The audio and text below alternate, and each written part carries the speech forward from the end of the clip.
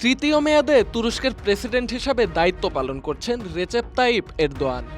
তার বর্তমান মেয়াদ শেষ হবে ২০২৮ সালের ৩রা জুন। মেয়াদ শেষের পর আর প্রেসিডেন্ট নির্বাচনে অংশ না নেয়ার ঘোষণা দিয়েছেন এরদোয়ান। প্রেসিডেন্ট হিসেবে প্রতিদ্বন্দ্বিতা করার আর ইচ্ছে নেই বলে জানিয়েছেন তিনি। হাঙ্গেরি থেকে ফেরার পথে সাংবাদিকদের সঙ্গে আলাপকালে এরদোয়ান বলেন, আবার নির্বাচিত হওয়া বা প্রেসিডেন্ট পদে প্রতিদ্বন্দ্বিতা করার কোনো ইচ্ছে আমার নেই। দেশের সুনাম বৃদ্ধি করাই আমার একমাত্র লক্ষ্য। মিডল ইস্ট মনিটরের খবর অনুযায়ী এরদোয়ান বলছেন, তুরস্ক বদলে যাচ্ছে, বিশ্ব বদলে যাচ্ছে, আমরা একটি নতুন যুগে বাস করছি।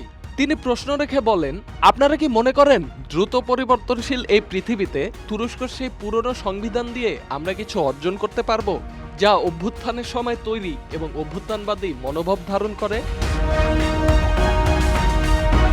তুরস্কের প্রধানমন্ত্রী এবং প্রেসিডেন্ট হিসেবে প্রায় ২৫ বছর ধরে ক্ষমতায় আছেন এরদোয়ান।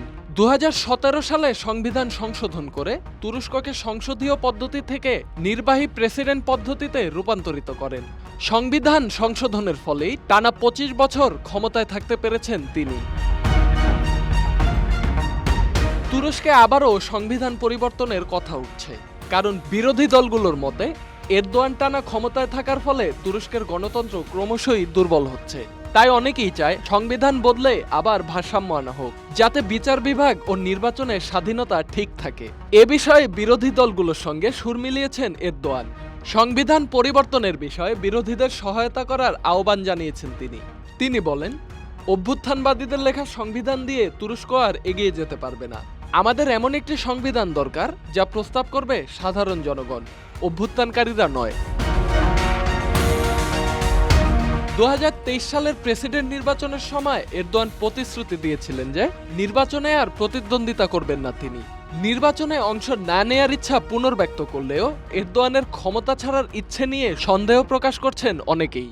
কারণ গত মার্চে নিজের প্রধান প্রতিদ্বন্দ্বী ও ইস্তানবুলের মেয়র এক্রেম ইমামোগলুকে গ্রেপ্তারের পর এরদোয়ানের মনোভাব নিয়ে জনমনে সংশয় বেড়েছে। কিন্তু তা সত্ত্বেও বিভিন্ন জরিপে ইমামোগলুর পক্ষে জনসমর্থন বেড়ে চলছে।